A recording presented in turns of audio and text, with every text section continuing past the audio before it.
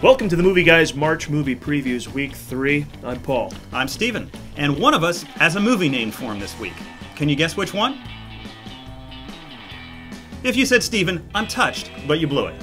Paul, congratulations. You have been a movie buff for years now, and you finally get the ultimate reward. There are not many people who can claim to see their name and their name alone on the poster for a major release, so I say, well done. Well, thank you, Steve. But if you notice and look closely, you'll see that Paul isn't the only word on the poster. From the top down, it reads Fugitive, Celebrity, Slacker, Joker, Alien. You might think these are just words to describe the main character, but they actually represent all the preferred titles for the film that the studio had to reject because they were already taken. Which pretty much leaves Paul as nothing but a compromised choice. Not exactly the way you dream of seeing your name in lights. Actually, Paul is kind of a compromise as a character, too, as he represents a cross between every cliché image of an extraterrestrial you've ever seen and Seth Rogen. Yes, Rogen supplies the voice for what looks to be the world's first alien stoner. He's been hanging out in Area 51 so long he's got cabin fever, not to mention an incredible case of the munchies. So, he takes to the highway in the Winnebago of a couple of Brit twits who wander by, and in the process gives to the world its first alien road movie. Because clearly, all that movies such as RV, Sex Drive, and Are We There Yet needed in order to be modern-day classics was a cuddly, trash-talking space alien. Alf for the slacker set. The two Brits here, named Graham and Clive, so as to leave no doubt as to their country of origin, are played by Simon Pegg and Nick Frost in their third team-up following Shaun of the Dead and Hot Fuzz. But this time they go it alone, without the visual wit and ingenuity of director Edgar Wright, who presumably was too busy shooting Scott Pilgrim vs. the World, a film I would love to have my name associated with. Do you want me to start calling you Scott then? I don't think so. Well, how about if I just call you Pilgrim? Not so much. John Wayne. I know who you're doing. Okay. Did you know, Paul, that we typically use only 20% of our total brain capacity? You mean you and me? No, anyone. Human beings. Yeah, I think I've heard that. Well, what would you say if I offered you a pill that would allow you to access your entire brain? I don't know. Would it make me look like Bradley Cooper in The Hangover? Yes. Yes, it would.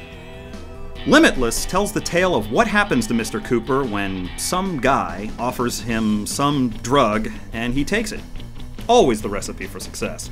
But before you can say, check out the brain on Brad, the guy is looking great, enjoying art, and buying his suits from only the finest Italian importers. All signs in Hollywood of one unmistakable thing. He's gotten smarter. His newfound brilliance puts him in touch with the mysterious Robert De Niro.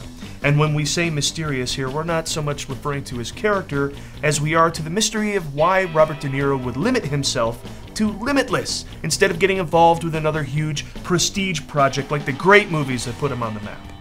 There's no scenario in which you'd lead this life where you don't work for me. No scenario. I see every scenario. I see 50 scenarios. That's what it does, Carl. It puts me 50 moves ahead of you. And if the pill allows Bradley Cooper's character to see 50 scenarios ahead of De Niro, why was he unable to save him from little Fockers?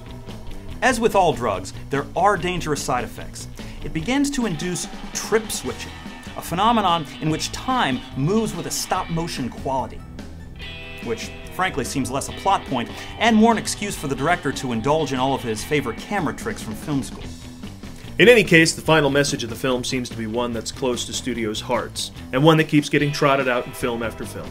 Oh, you mean that drugs are bad? No, intelligence is.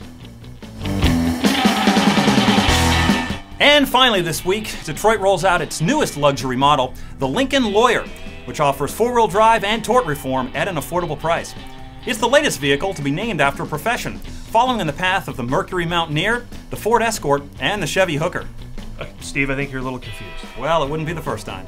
Now, The Lincoln Lawyer is actually the latest film from Matthew McConaughey, which makes it a wacky romantic comedy about a slacker attorney who gets coaxed out of eternal adolescence by some feisty, take-no-bullshit hot chick, this time played by Marissa Tomei. And now I think you're confused, Paul. According to these press materials, The Lincoln Lawyer is actually a drama.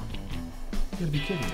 Yeah. It's got Matthew McConaughey as a defense attorney. I know. He uses the back of his Lincoln as his office. That just screams wacky boyishness. I know! Plus, it's got Ryan Philippe in it playing a Beverly Hills playboy that he defends. Now, that seems to me to offer all kinds of comic potential for like a wacky learning lesson. Like, McConaughey starts off as the shallow womanizer who learns to be a better man after prolonged exposure to the even shallower, yet of course, funnier Beverly Hills bad boy. That's what I'm saying. And it's got Josh Lucas, who I always get confused with McConaughey anyway. Oh, yeah, me too. I always thought that maybe then they could play in some sort of huge plot that involves a mistaken identity scenario. Oh, okay. You mean like when McConaughey wants to go party with the Beverly Hills guy, but he gets his friend Josh to go out on a date with Marissa for him, the cover. Yes, and then Josh screws things up by making a play at Marissa, so Matt has to come in there and smooth things out with her in the end.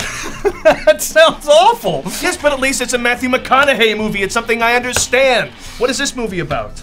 Okay, it's about a lawyer who takes a case. Wow.